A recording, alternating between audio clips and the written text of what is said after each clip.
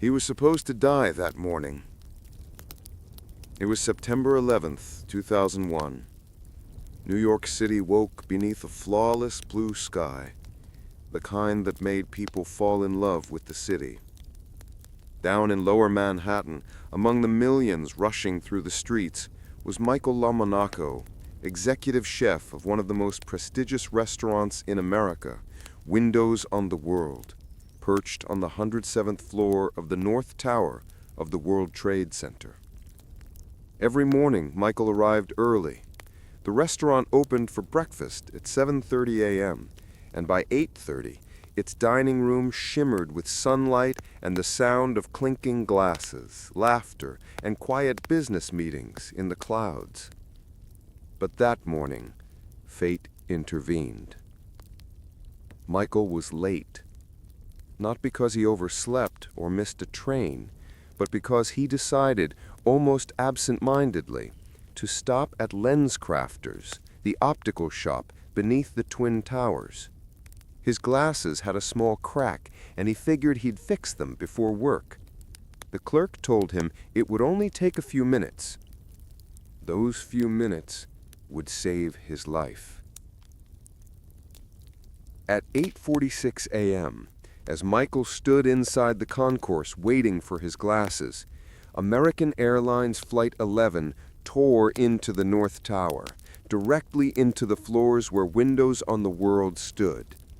The 107th floor vanished in an explosion of fire and steel. Every one of the 72 restaurant employees and 76 breakfast guests died instantly. The floors above the 92nd were sealed off by flames and destruction. Michael would later say, "If I hadn't gone to fix my glasses, I'd have been right there, above the impact zone." But his was not the only story of impossible timing that day. At 8:14 a.m., air traffic controllers lost contact with American Airlines Flight 11, a Boeing 767 carrying 92 people from Boston to Los Angeles. The plane's transponder had been turned off. No one yet knew what was coming. Meanwhile, in another terminal at Logan Airport, a young comedian named Seth MacFarlane, creator of Family Guy, sat at the airport bar. He had missed his flight by 10 minutes after being given the wrong departure time. The flight he missed was Flight 11, the very same plane that would strike the North Tower. He would later recall, "I was hungover and late. If I had been on time, I wouldn't be here." Across the country, countless people experienced similar coincidences, random acts of chance that drew an invisible line between life and death.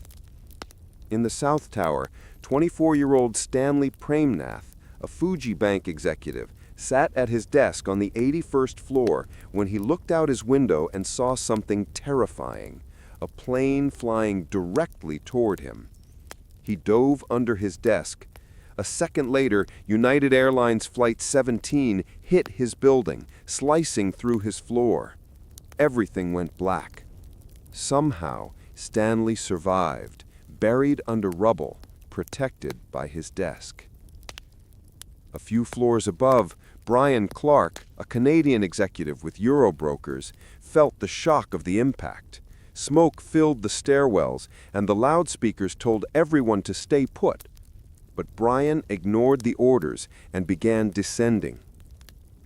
Halfway down, he heard faint cries for help behind a wall of debris. It was Stanley. Clark clawed through concrete with his bare hands, pulled Stanley out, and together they escaped the South Tower moments before it collapsed at 9:59 a.m. Two men who had never met became bound forever, proof that even in horror, humanity could still reach through the smoke. Meanwhile, chaos filled the streets. Sirens wailed, people ran covered in ash, and firefighters climbed into the burning towers with full gear, knowing they might never come out. One of them, FDNY Captain Patrick Brown, led his men up the stairs of the North Tower. His last radio transmission said, "We're on the 35th floor and we're still rescuing people." Moments later, his voice went silent. Yet in the ruins, miracles continued. Janelle Guzman McMillan, a 30-year-old office worker, was trapped under rubble after the North Tower fell. For 27 hours, she lay buried in darkness, unable to move. Search dogs passed her several times, but found nothing. Most rescuers believed no one was left alive. Then, one firefighter paused. Just as he was about to leave, he heard a faint whisper. "Help me," she said. He reached down, found her hand, and said, "I've got you. You're going home now." She was the last survivor pulled from ground zero. In the aftermath, stories emerged that defied explanation. People who were late to work, who stopped for coffee, who missed their trains or turned back for forgotten wallets. Each tiny decision shaped the course of their lives. And that, perhaps, is the strange truth of 9/11. Behind every tragedy, there were also invisible miracles. 2,977 people were killed that day. Office workers, flight attendants, firefighters, paramedics, police officers, ordinary men and women who began an ordinary morning. But for every life lost, others were spared, often by moments no one could ever predict. Michael Lamonaco never returned to the top of the World Trade Center. Instead, he dedicated his life to supporting the families of restaurant workers who perished that day.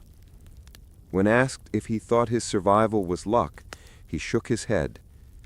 "I don't call it luck," he said softly. "I call it grace.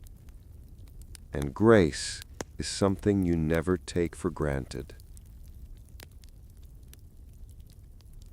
September 11th, 2001. A day when time stopped. A day when fire met steel, and fate met mercy. A day when America saw both its deepest sorrow and its quietest miracles. And through it all, one truth endures: we will never forget.